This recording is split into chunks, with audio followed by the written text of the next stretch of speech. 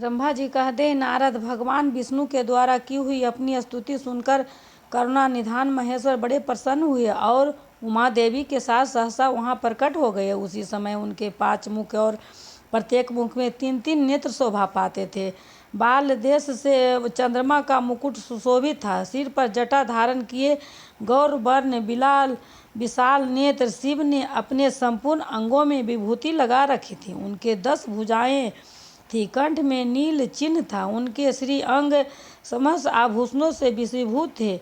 उन सर्वांग सुंदर शिव के मस्तक भस्म पर त्रिपुंड से अंकित थे। ऐसे शिव गणों ने युक्त परमेश्वर महादेव जी को भगवती उमा के साथ उपस्थित देखे मैंने और भगवान विष्णु ने पुण्य प्रिय वचनों द्वारा उनकी स्तुति की।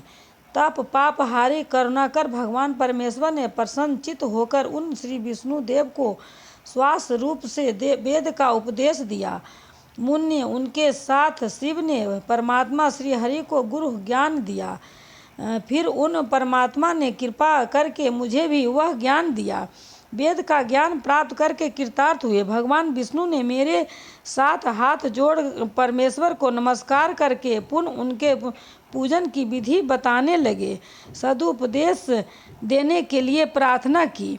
ब्रह्मा जी कहते हैं, मुन्ने श्री हरि की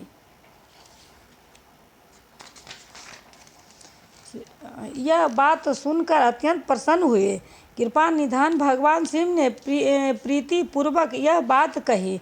श्री शिव बोले, सुर श्रेष्ठगण, मैं तुम दोनों की भक्ति से नीचे ही बहुत प्रसन्न हूँ। तुम लोग मुझ महादेव की ओर देखो। इस समय तुम्हें मेरा स्वरूप जैसा दिखाई देता है वैसे ही रूप का प्रयत्न पूर्वक पूजा चिंतन करना चाहिए। तुम दोनों महाबली हो और मेरी स्वरूप भूता प्रकृति से प्रकट हुए हो। मुझ सर्वेश्वर के दाएं बाएं अंगों से तुम्हारा आविर्भाव हुआ है। ये लोक पितामह ब्रह्मा ने दाहिने पार्श्व से उत्पन्न हुए हैं और तुम विष्णु मुझ परमात्मा के वाम पार्श्व से प्रकट हुए हो। मैं तुम दोनों पर भली भांति प्रसन्न हूँ और तुम्हें मनोवांछित वर देता हूँ। मेरी आज्ञा से तुम दोनों की मुझ में सुदृढ़ भक्ति हो। ब्राह्मण, तुम मेरी आज्ञा का पालन करते हुए जगत की सृष्टि करो और बस विष्णु तुम इस चराचर जगत का पालन करते रहो। हम दोनों से ऐसा कहकर भगवान शंकर ने हमें पूजा की उत्तम विधि प्रदान की, जिसके अनुसार पूजत होने पर वे पूजक को अनेक प्रकार के फल देते हैं। शंभु की उपयुक्त बात सुनकर मेरे सहित श्री हरि ने परमेश्वर को हाथ जोड़कर प्रणाम करके कहा। भगवान विष्णु बोले, प्रभु, यदि हमारे प्रति आपके हृदय में प्रीति उत्पन्न हुई है और यदि आप हमें वर देना आवश्यक समझते हैं तो हम यही वर मांगते हैं कि आप में हम दोनों की सदा अनन्य एवं अविचल भक्ति बनी रहे। ब्रह्मा जी कहते हैं, मुन्ने श्री हरि की बात सुनकर भगवान हर ने पुनः मस्तक झुकाकर प्रणाम करके हाथ जोड़े खड़े हुए उन नारायण देव से समय कहा। श्री महेश्वर बोले, मैं सृष्टि पालन और संहार का करता हूँ, सगुण और निर्गुण हूँ तथा सच्चिदानंद स्वरूप निर्विकार पर ब्रह्मा परमात्मा हूँ। विष्णु सृष्टि रक्षा और प्रलय रूप गुणों अथवा कार्यों के भेद से मैं ही ब्रह्म विष्णु और रुद्र नाम धारण करके 3 स्वरूपों में विभक्त हुआ हूँ। हरे, वास्तव में मैं सदा निष्कल हूँ।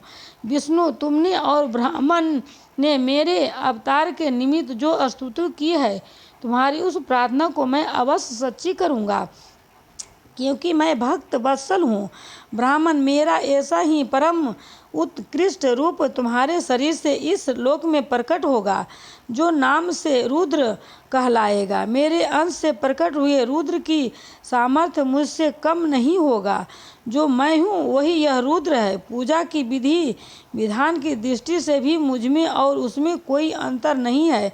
जैसे ज्योति का जल आदि के साथ संपर्क होने पर भी उसमें स्पर्श दोष नहीं लगता, उसी प्रकार मुझ निर्गुण परमात्मा को भी किसी के संयोग से बंधन नहीं प्राप्त होता। यह मेरा शिव रूप है।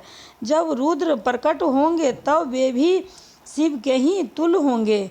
महामुन्ने, उनमें और शिव में प्रायेपन का भेद नहीं करना चाहिए। वास्तव में एक ही रूप सब जगत में व्यवहार निर्वाह के लिए दो रूपों में विभक्त हो गया है।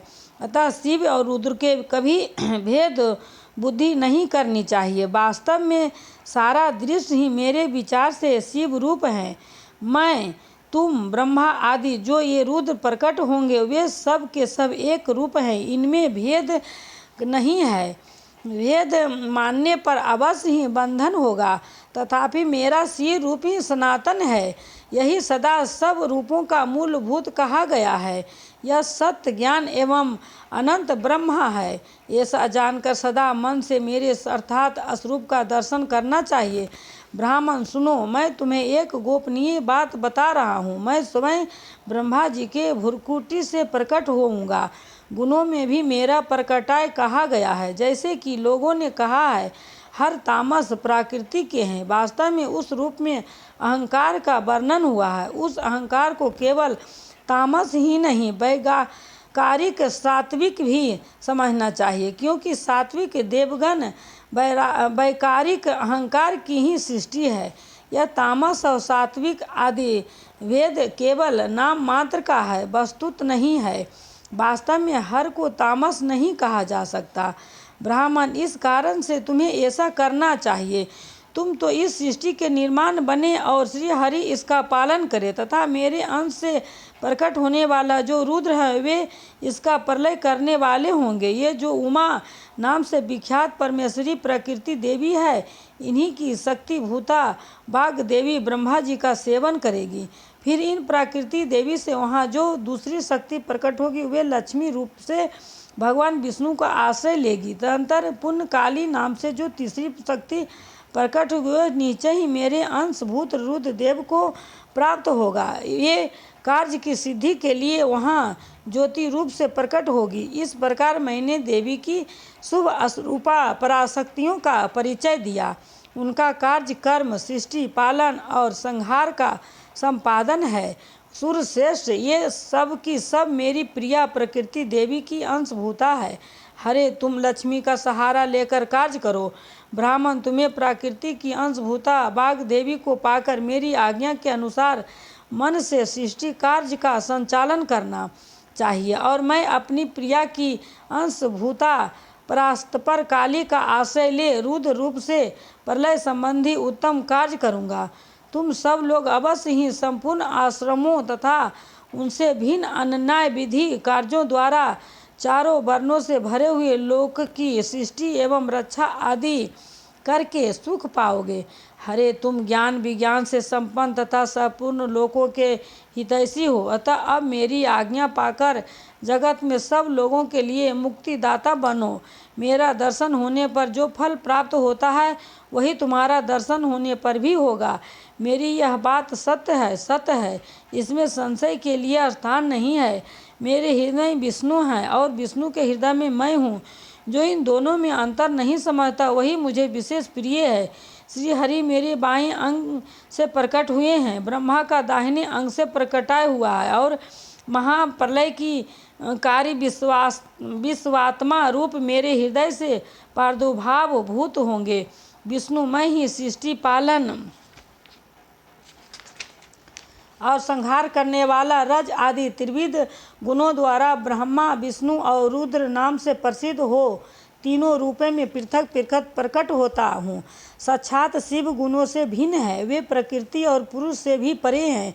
अद्वितीय, नित्य, अनंत, पूर्ण एवं निरंजन पर ब्रह्मा परमात्मा है। तीनों लोकों का पालन करने वाले श्री हरि भीतर तमोगुण और बाहर सत्वगुण धारण करते हैं। त्रिलोकी का संहार करने वाले रुद्रदेव भीतर सत्गुण और बाहर तमोगुण धारण करते हैं तथा त्रिभुवन की सृष्टि करने वाले ब्रह्मा जी बाहर और भीतर से भी रजोगुण ही है। उस प्रकार ब्रह्मा, विष्णु तथा रुद्र इन तीनों देवताओं में गुण है, परंतु शिव गुणातीत माने गए हैं। विष्णु, तुम मेरी आज्ञा से इन सृष्टिकर्ता पितामह का प्रसन्नता पूर्वक पालन करो। ऐसा करने से तीनों लोकों में पूजनीय होंगे। जय श्री राम।